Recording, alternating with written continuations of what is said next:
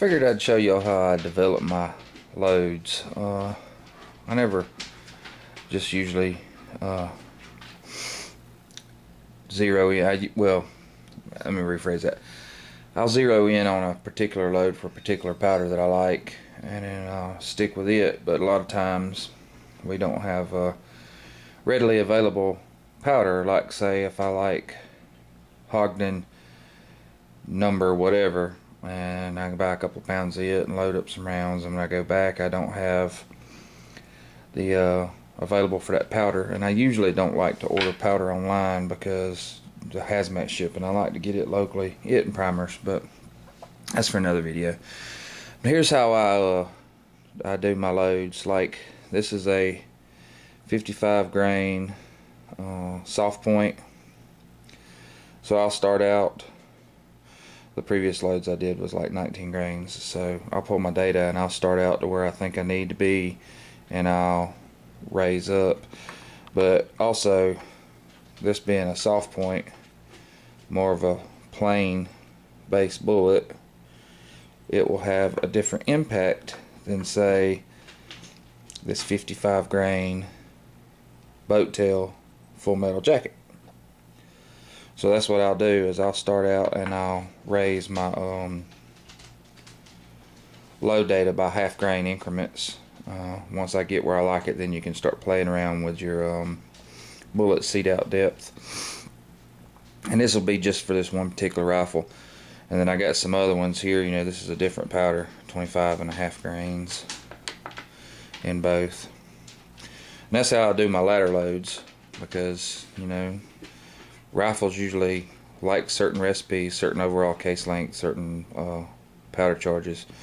And then, you know, I'll do the same thing. Like, these are my higher powered loads. This is actually for a Mosin Nagant. This is some powder coated cast bullets that I did. I actually made the bullets and powder coated them myself. Yeah, it's got a little bit of ring around the top. That's just where the bullet seat die touches the ogive of the bullet.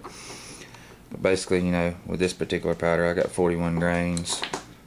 This one I got 41.5 and 42. I trimmed all the brass to the exact same length.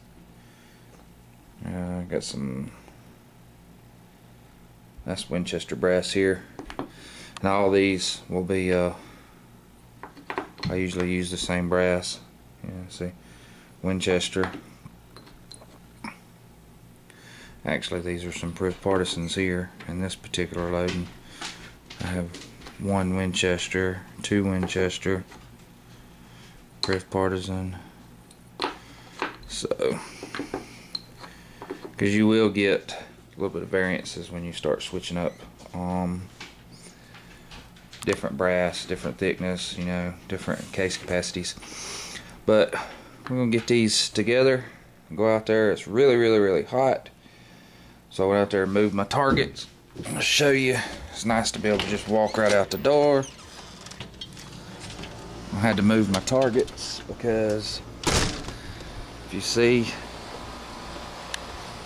4th of July we had a backyard full of toys and stuff for the kids. We had badminton, kickball, and I usually shoot right here, which would be right over there. So I just shifted over, moved my target stands. Well, just basically an old pallet. I love me some Midway catalogs, because I like to be able to see where my bullets impact, and I know that I'm not going to hit dead bullseye. So I just take some old sheets of catalogs and just staple them to that pallet, so I can see where the bullet impacts. I'm not necessarily going for accuracy, looking for groups, because I can always adjust my sights to the point of impact. But I just want to be able to see where they're hitting. But it is hot. It's over 100 degrees right now, so I'm gonna make some lunch, cool off, and I'll do some shooting.